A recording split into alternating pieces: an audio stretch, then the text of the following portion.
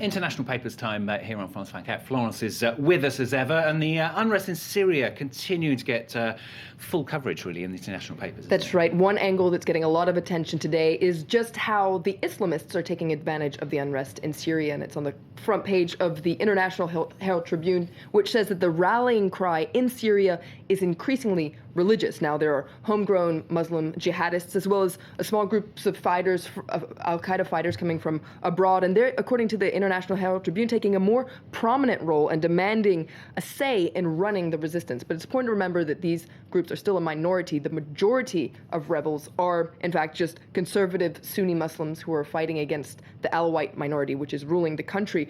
According to this article in the International Herald Tribune, a lot of fighters are starting to invoke jihad to attract money and weapons from abroad. Now, this angle is also getting attention in The Guardian. Their reporter, Gait Abdul Ahad, met a commander of a jihadist militant group that has joined the battle against Assad in the east of the country. He says that this group calls themselves the Strangers. They're there to help their Syrian brothers, but these fighters come from the Caucasus, Pakistan, Bangladesh, and the Gulf Arab states. And according to this article, these al-Qaeda fighters, they are bringing experience to the Syrian war, and also religion is a way to impose discipline, because the fighters won't disobey a religious order in battle, according to this article. You've also pulled out a fascinating story that was mentioned briefly yesterday. A lot of the papers focusing on this massive blackout in India, the worst in a decade. The worst in a decade, and it's on the cover of the Wall Street Journal Europe. Here you see a photo of that blackout that immobilized North India. 8 states were affected, and according to the Wall Street Journal,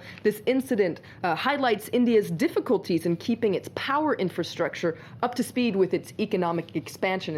As you can imagine, this is getting a lot of attention in the Indian press. We're going to start by looking at the Hindustan Times, which says that it was greedy states that sent the power grid crashing.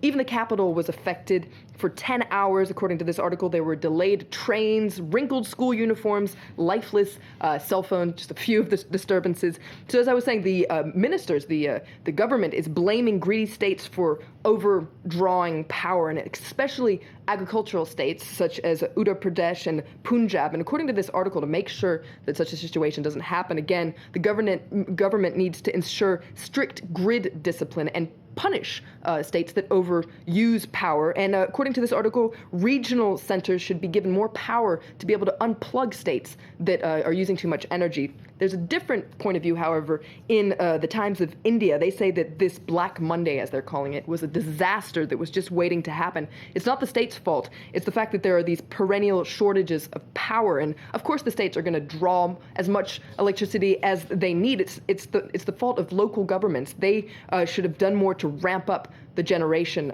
capacity. And according to this article, discipline is not the way forward, because disciplining the grid can at best ensure that everyone suffers equally, according to this article. And the press in Pakistan are also keeping a kind of close watch on this, because they're also facing an electricity crisis. They sure are, and there's an interesting piece in Pakistan today that says, "Power, where art thou?" Because there have been protests across Pakistan against these massive power outages, because people are upset that the government isn't doing anything, especially during the holy month of Ramadan. The protesters disregarded, actually, what you're supposed to do during Ramadan, which is have extreme patience and demonstrate it in the sizzling heat. They say that the government is clueless about resolving the crisis, and there's an interesting cartoon that targets the government in the Pakistan Daily, and you see Prime Minister Zardari that's calling a high-level meeting, and that meeting is the electricity is given by a generator that's outside the meeting there.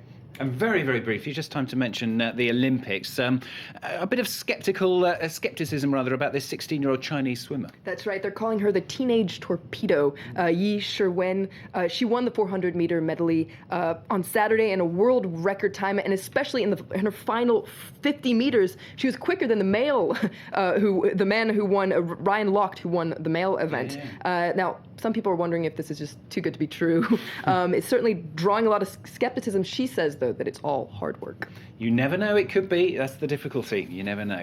Florence, thanks very much. Florence Milner with the International Papers here on France 24. Stay with us.